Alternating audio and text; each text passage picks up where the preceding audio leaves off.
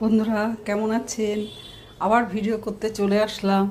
এই ঢ্যাঁড়স ছোট ছোট করে কেটে নিয়েছি, ঢ্যাঁড়স পোস্ত করব, তার সঙ্গে তিলও দেবো। তিল যা তার হাফ পোস্ত আর দুটো কাঁচা লঙ্কা দিয়ে বাটবো। আর তার সঙ্গে আর একটা তরকারি করব, এই যে কুমড়ো গ্রেট করছি, এইটা দিয়ে। আর একটুখানি বাকি আছে, এরকমভাবে গ্রেট করব। প্রথমে ঢ্যাঁড়সটা রান্না করব। ঢ্যাঁড়সে কালো জিরে দিয়েছি আর একটু পাঁচফোড়ন দিয়েছি, আর এই পেঁয়াজ দিলাম।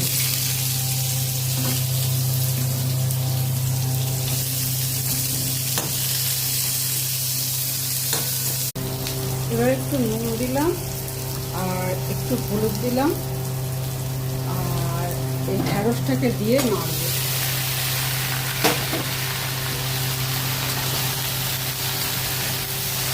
ওই পোস্ত তিল লঙ্কা বাটাটা দিয়েছি, এই লোদ কমানোর জন্য হাইটে এটা ভেজে নিয়েছি ফোড়ন দিয়ে। এবার এইটা একটু মাখা মাখা হলে, ভাজা ভাজা হলে এইটা ঢেলে দেবো। এবার এইটা ঢেলে দিলাম। এদিকে খুব নামমাত্র জল দিয়ে তারপর ঢেকে নেব।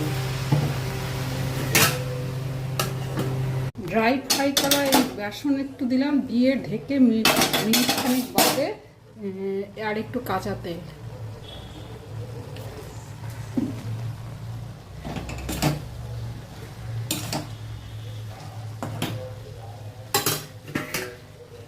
এবার কুমড়োর ঘন্ট করব, যার জন্য কুমড়োটাকে গ্রেট করে নিয়েছি। এতে আদা, লঙ্কা, জিরে, ধনে, নুন, হলুদ একসঙ্গে এর সঙ্গে বেটে নেব। কুমড়োর জন্য বড়ি ভেজে তুলে রেখে দিলাম।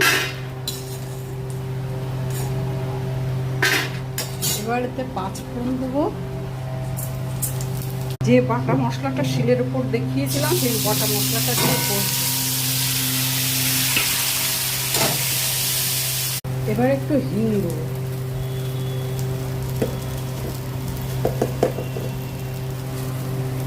তারপরে কুমড়োটা দিয়ে দেবো। মিডিয়াম হিট দিয়ে ভালো করে মশলার সাথে কষতে কষতে কত কমে এসছে, আরও কমবে। তারপরে আমি সিমে দিয়ে কষা হয়ে গেলে ঢেকে দেবো, এতে জল পড়বে না। এই যে গুড় দিয়েছি আর বড়িগুলো ভেঙে দিয়েছি। ঢ্যাঁড়স, তিল আর পোস্ত বাটা দিয়ে চচ্চড়ি হয়ে গেছে। আর মিষ্টি কুমড়োর